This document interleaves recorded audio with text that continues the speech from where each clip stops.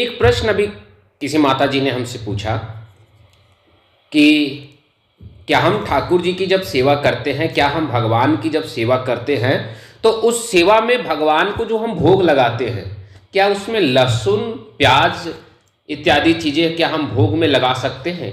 और अगर हम नहीं लगा सकते तो इसको क्यों नहीं लगा सकते? ये किसी ने हमसे व्हाट्सएप किया था, हमारे यूट्यूब चैनल से, हमारे चैनल के नीचे से नंबर निकाल करके हमें ये चीज़ का व्हाट्सएप किया कि हम भगवान को क्या भोग लगाए, क्या लहसुन प्याज का भोग लगा सकते हैं, या ठाकुर जी को, भगवान को लहसुन प्याज का भोग क्यों नहीं लगता है। तो इसका एक मैं साधारण सा उत्तर देता हूं कि पहला उत्तर ये कि आप कभी इस चीज़ की मस्तिष्क में ना लाएं कि ठाकुर जी को या भगवान श्रीमन नारायण हो, भगवान शिव शंकर हो या किसी भी देवी देवता को आप लहसुन या प्याज के बने हुई वस्तु का भोग लगाए, ये नहीं लगती हमारे यहाँ। अब क्यों नहीं लगती है, उन माता जी का प्रश्न था, तो मैंने बोला था कि मैं नई वीडियो में डालूंगा। तो सुनिएगा, मैं बता रहा हूं कि भगवान को भोग क्यों नहीं लगती है, कि भगवान को लहसुन प्याज की भोग आखिर क्यों नहीं लगाई जाती है। तो भगवान विष्णु और भगवान शंकर, माता पार्वती, ये सब कुछ ऐसे देवता हैं जो प्योर सतुगुणी होते हैं। इनका शरीर में रज और तम गुण का अंश नहीं होता है। मानव शरीर में रज तम सब तीनों होता है, लेकिन ब्रह्मा विष्णु महेश के शरीर में केवल रज सतगुण होती है। वहीं साधारण देवताओं में रज और सत होती है, वहीं असुरों में मुख्यतः तमोगुण होती है। सतोगुण ना के बराबर होती है और रजोगुण बहुत होती है, पर तमोगुण की अधिकता होती है असुरों में। तमोगुण का कारण क्या है? तमोगुण से क्या होता है? तमोगुण का कारण होता है कि मन में विकार को लाना, मन में अहम को लाना, मन में अहंकार को लाना, दुष्प्रचार को लाना, ब्रह्मचार्य के नाश करने की, मन में स्वयं इच्छाओं का उत्पन्न होना, इसे कहते हैं तमोगुण का प्रभाव होना। जबकि ये ब्रह्मा विष्णु महेश में सब विचार नहीं आते हैं। अपने काम को वश में रख पाना एक पुरुष के लिए तभी संभव हो सकती है जब वह पूर्णतः सतोगुण में ही ज्यादातर भोजन आहार करे। तो भगवान सतोगुणी है। जिनके शरीर में पूर्णतः सतोगुण होता है वह ना ही वृद्ध होते हैं, उन्हें जरा नहीं छू सकती, उन्हें वृद्धावस्था नहीं छू सकती, उन्हें रोग नहीं छू सकता, उन्हें कष्ट नहीं छू सकता, उन्हें अहंकार नहीं छू सकता, उन्हें काम वासना नहीं छू सकता है। ये सतोगुण के भोजन के कुछ अहम प्रभाव होते हैं। इसीलिए हमारे साधु संत कहते हैं कि मनुष्य को सात्विक यानी सतोगुणी भोजन करना चाहिए, जैसे कि कच्चा फल, सादा जीवन, दूध, दही, लस्सी, ये सबको सतोगुण में रखा गया है। ये सब भोजन करना चाहिए। और हमारे श्रीमन नारायण और भगवान भोलेनाथ, शंकर इत्यादि कुछ देवता ऐसे मुख्यतः हैं जो पूर्णतः सतोगुणी हैं। इसलिए आप देखेंगे कि भगवान शंकर को अक्सर प्राकृतिक चीजें डायरेक्ट लगाई जाती है, दूध, दही, मधु इत्यादि उन्हें डायरेक्ट भोग लगाया जाता है, क्योंकि वो पूर्णतः सतोगुण से हैं।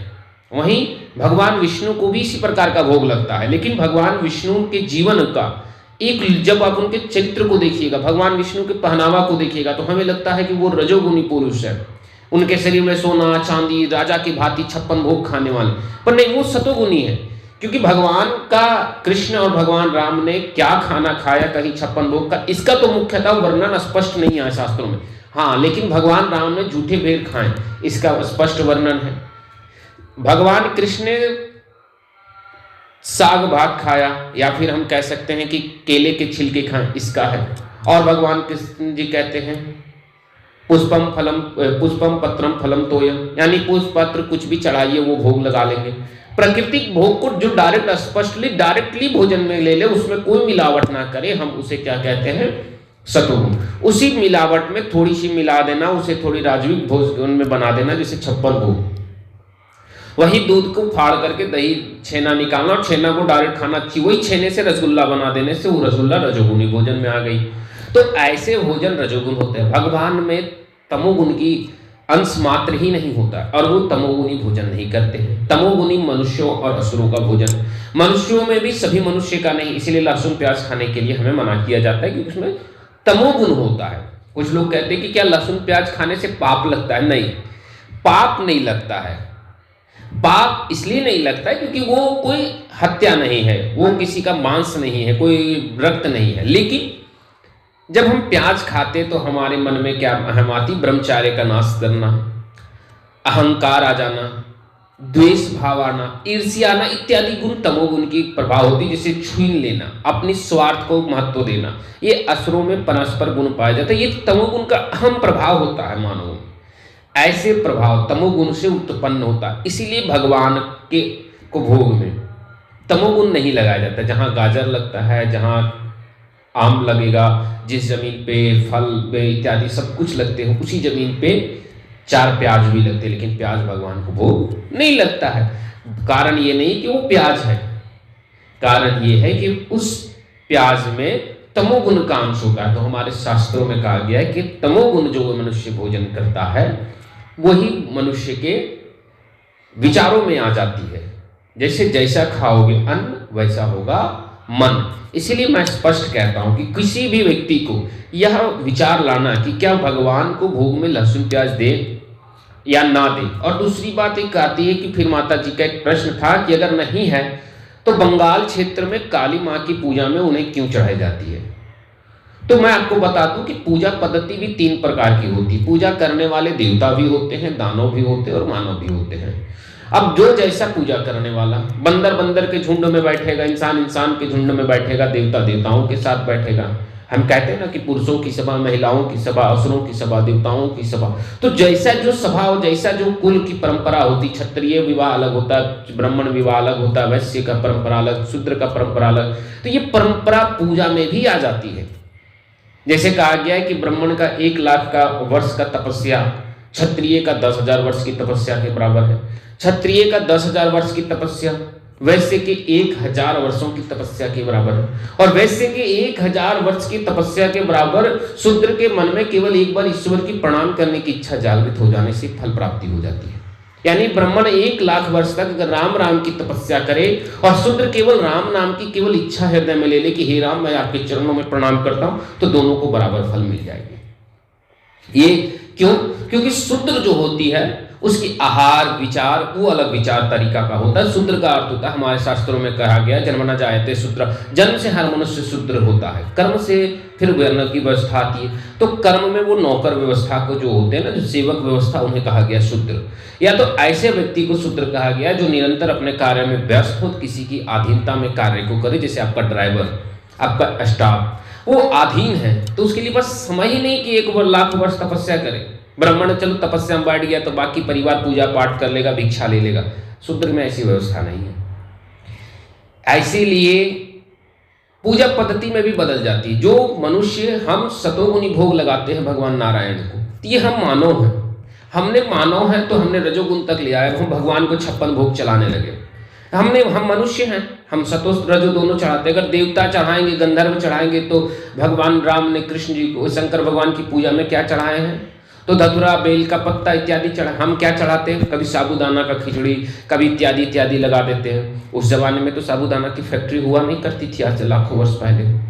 तो जैसे जैसे समय बीता मनुष्य ने रजोगुण को आकर अपने और ले लिया। उसी तरह से तांत्रिक पूजा पद्धति और तीसरी पूजा पद्धति आती जो असुर करते थे, वो था बलि प्रथा और तमोगुण का लहसुन प्याज इत्यादि बलि दे देना, भगवान को मांस चढ़ा देना। ये असुरों का और भेलों का यानी कि शिकारियों की परंपरा है। ऐसा एक कथा भी आता है कि भगवान शंकर को किसी एक शिकारी ने हिरण का मांस चढ़ाते थे।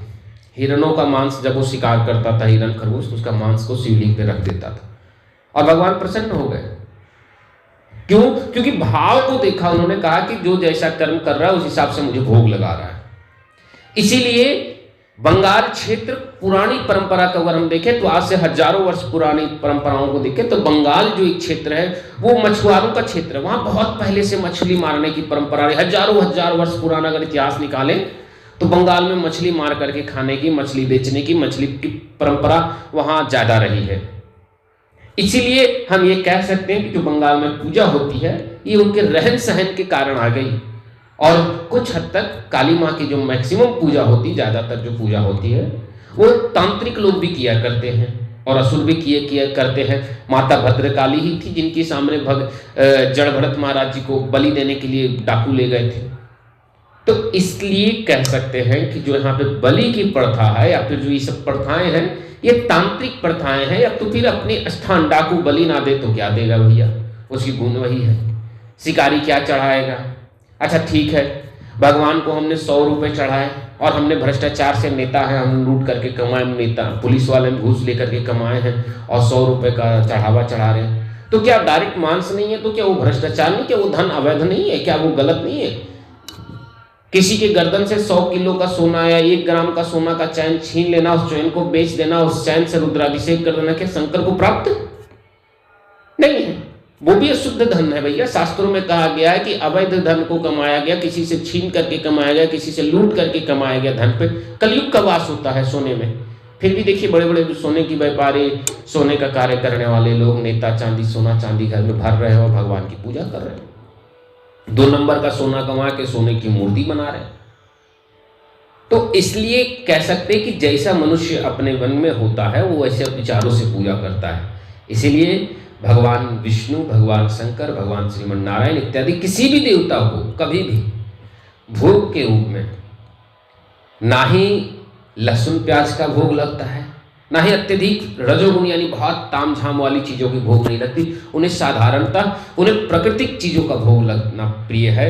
जैसे कि भगवान विष्णु को अगर आप भोग लगाएं तो माखन का भोग लगाएं, दूध का भोग लगाएं, दही का भोग लगाएं, लच्छे का भोग लगाएं। अगर आपको उससे भी अच्छा लगाना है तो पके हुए केले ला करके 1 दर्जन चढ़ा दें, सेब चढ़ाएं, इत्यादि इत्यादि भांति भांति प्रकार के फल चढ़ाएं और लोगों में वितरित कर दे।